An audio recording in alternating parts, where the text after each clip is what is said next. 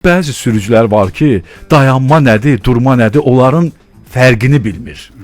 Buyurun Aqil müəllim, birinci bax bundan başlayaq. Bundan başlayaq, çünki cərimələr sırasında dayanma durmaya görə olan cərimələr birinci yerdədir. Ən çox sürücülər bundan şikayət eləyirlər.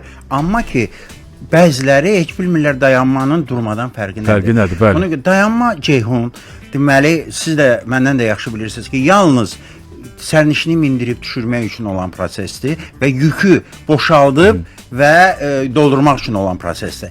Bu dayanmadır.